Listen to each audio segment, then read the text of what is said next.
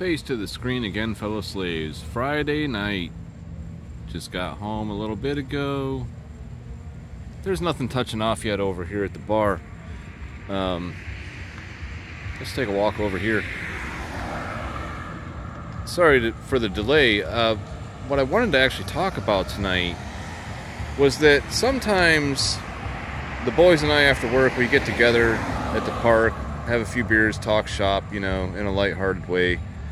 You know, we basically just talk about fixing each other's fuck-ups, you know, and man, I should try to get back off the profanity. I feel kind of bad.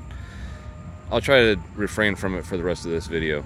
However, we were talking about these door handles, these sliding glass door handles that come from Colombia. I don't want to name the brand, but like, the handles are good, the doors are excellent product. It's all excellent except for the screws that they send for you to install the door handles are not perfectly round.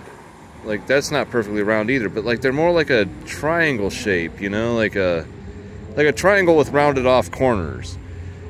So the other problem is that the part that you screw that into is a very soft zinc alloy, like pot metal.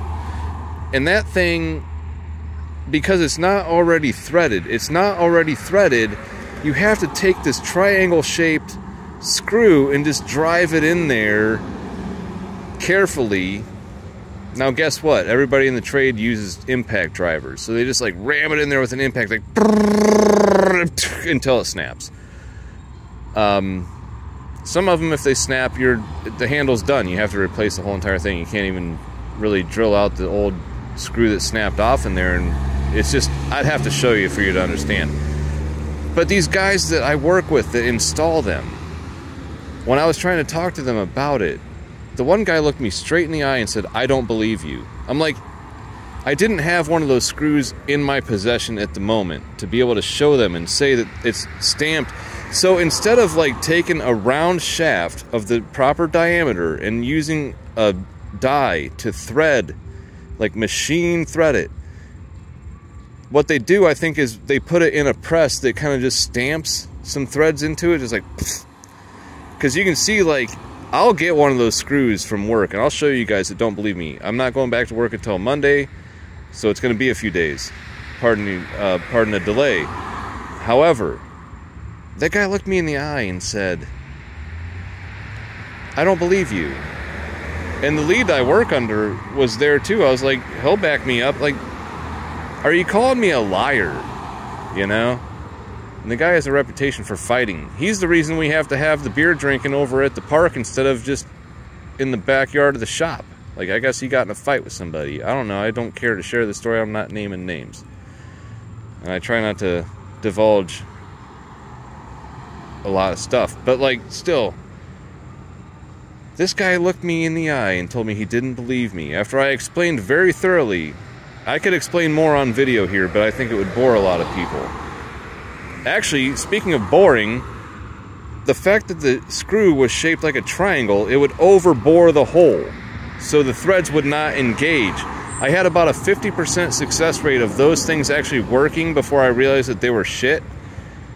Like, or even like trying to take somebody else's work apart and put it back together using the old screws. Like, if it felt like it threaded, I put it back in.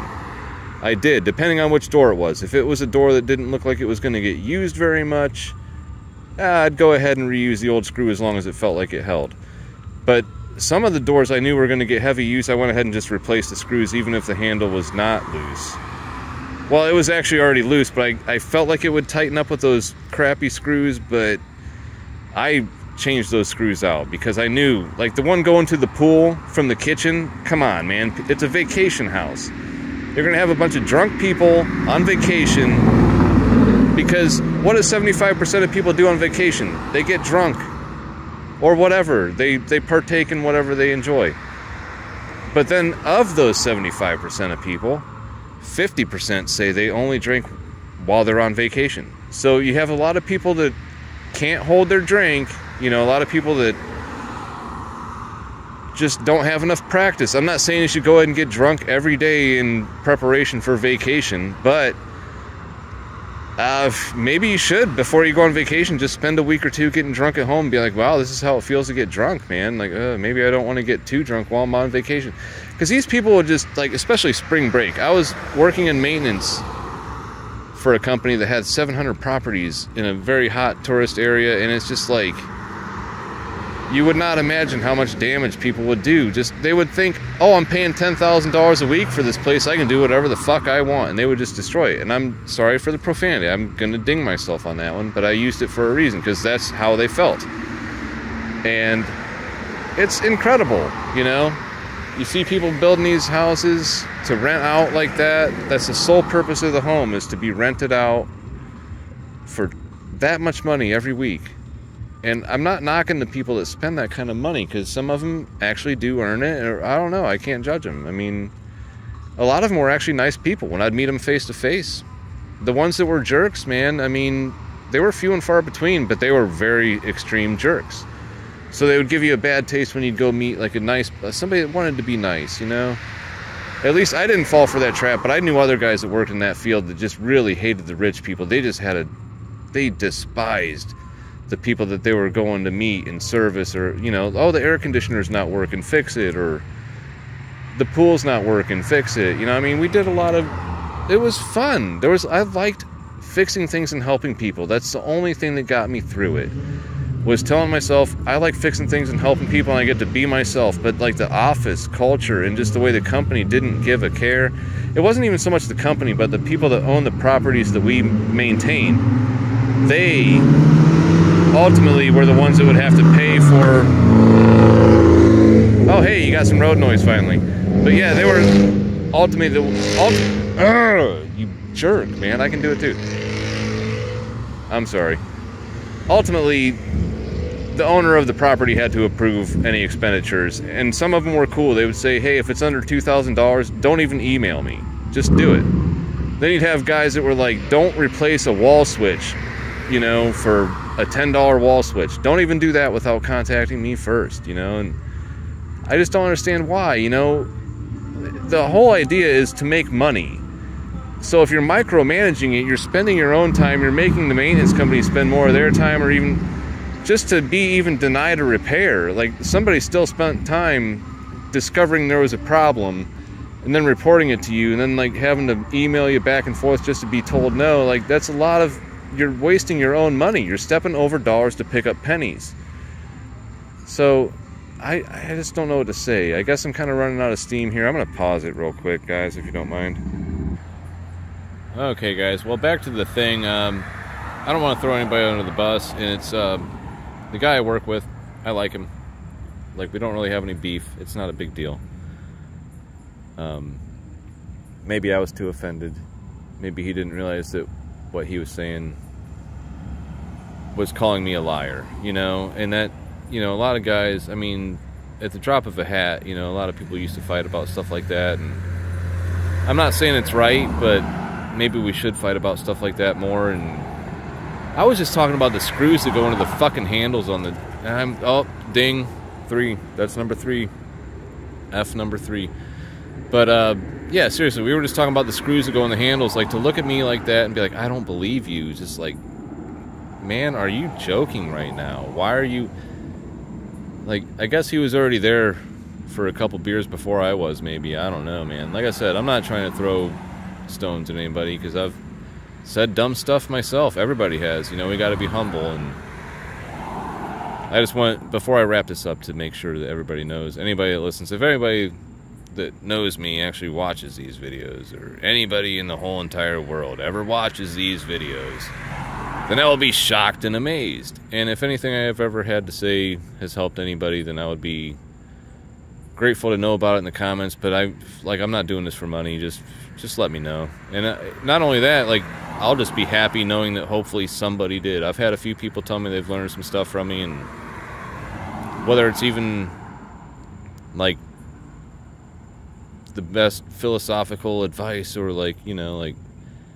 I don't know. I just feel like it's better to help than hurt. And it's like I said about that other job. I used to like it because I was helping people and fixing things. And oh, let me just, before I go, the pool gates, like they're supposed to close themselves and latch, because at a vacation spot with a pool, you know, kids can wander into the pool and unfortunately lose their lives. And I already took it pretty seriously, but my wife was working with a girl that, while I was at that job about a year ago, she had lost her own 2-year-old son to a pool drowning. And I mean, it made me really take it a lot more seriously. The thing is, it's required by law that the pool gates work and stuff like that, but people, like I said, some of those owners or the company themselves, I put my schedule aside. I was like, I don't care if you're tagging something else urgent, like somebody needs a bag of ice or something stupid because they didn't have the amenity of an ice maker at the house. Like, oh, you have a refrigerator freezer combo in the kitchen that makes 8 cubes of ice every 12 hours. Okay, well, that's gonna be perfect for a house with 10 beds, 20 people. You know, pretty much estimate 2 people per bed, you know, if it's a vacation house, I guess. Just by safety regulations, I think that's required. So anyway, like 8 cubes of ice for 20 people, that's never going to work. I had to go and look at these people in the eye and tell them I didn't know there was a problem with the ice machine. Like every week, every time somebody checked in the next week, I'd have to be like, oh, here's your bag of ice. Sorry about that. You know, and like pretend I didn't know. It cost me part of my soul. I've been talking about losing my soul in other videos lately, and it's just stuff like that, man. I'm so glad I don't do that. Some people would look down on me for being a tradesman that replaces windows and doors, but I'm securing people's houses from outside threats. We're putting in hurricane glass. Like, even you could take a sledgehammer to that for 20 minutes. Good luck, dude.